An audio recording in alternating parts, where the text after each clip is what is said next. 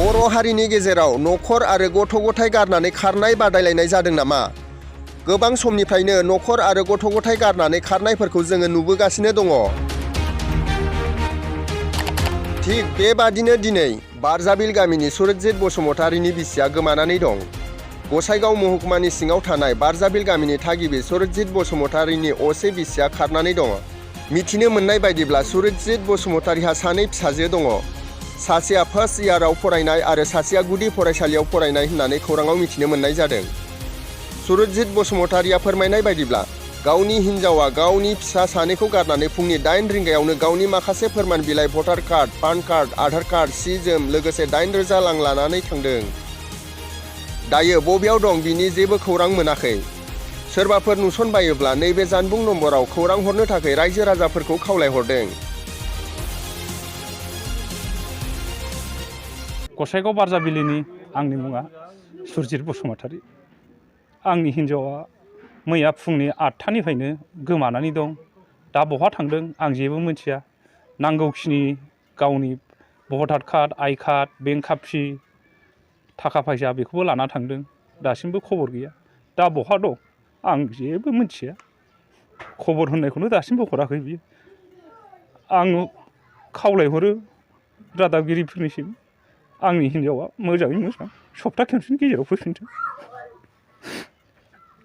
आंहा एसे सन्देह दं। फन रायलायोमोन बियो सम सम। आं सोंबा सोरजों रायलायनो होननानै सोंबा बुङो बियो मानसिफोरजों रायलायो होनना बुङो। मानो नांगौ होनना बुङो। खनले सोंबाबो बिदिल' बुङो। बिदिनो गोबाव सम सोंबाय थाबाय आङो सोरजों रायलायो नोंलाय होननानै। नै मैया फुंनि 8टानिफ्राय न'निफ्राय गोमानानै दं बियो। नोंहा साबेसे गथ'? आंहा सानै गथ' दङ। सासेया क्लास 1आव फरायो, सासेया फार्स्ट इयार होयो। फार्स्ट इयाराव फरायो। नांथारगौ आंनो आंनि हिन्जावा मोजाङै फैफिनथों। आं आखाइ खबजबनानै बेखौ आर'ज गाबहरो। आं हिन्जावखौ रायाबो बुवाबो फैथों आंजों संसार जाफैथों। आंनो नांगौ हिन्जावखौ। ओरैनो न'खराव माबाफोर दावराव जादोंमोन नामा? जेबो जायाखै। खालि आं बेखौल' सोंनाय जादों। नों सोरजों फन रायलायो मायो? बेयावल' एसे दुखु मोननानै बियो आंखौ मा सानखो बेबा बेयावनो गावनो हारसिं थांदों। खबर गैया दबर गैया। न'नि मानसिबो रावबो खबर होलाङाखै। थानायाव एफआइआर होबाय नामा? होआखै, होनाय जायाखै दाबो।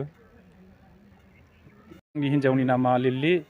सोरबाफोर नुसनबायोबा नैबे आंनि कन्टेक्ट नाम्बार बेयाव कल खालामबानो जाबाय। 7717697587। आं बिनिसिम खावलायहरनाय थाबाय। आंनि हिन्जावा मोजाङै मोजां न'आव फैफिनथों। आंजों संसार जाफैनांगौ। फैफिनदो लिलि।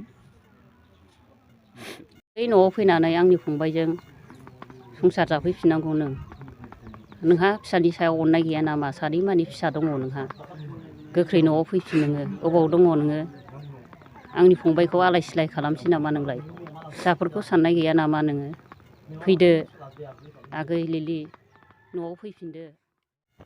आं बे गामिनि गावबुरा हिसाबै आं बिथांजोंनो हेफाजाब दं। बिदि जानो मोना। संसार जाफुनाय मानसि थाबैनो फैफिननांगौ। आं बे जिनिसखौ आं सेस्था खालामो आरो। दा खौरां नायगिरि रायजो राजानिसिम मा खावलायहरगोन?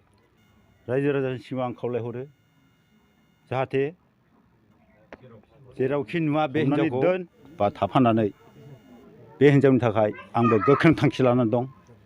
आरो जेरावखि मोना बे हिन्जावखौ हमनानै दोननांगौ। बेनिफ्राय नैबे कन्टाक्ट नाम्बारजों बे जिनिसखौ जोंनिसिम खावलायहरनांगौ। दा बिनि सायाव जोङो फंनैसो बा सोंनाय फिननाय जागोन। सोंनाय फिननायखौ जों गोख्रों राहा लानाय जागोन। बेनिफ्राय उनाव जोंनि समाजा बा रायजोआ मा डिसिसन लायो जों बेखौ रायलायनाय जागोन। आंनो फैफिननायखौ नांगौ।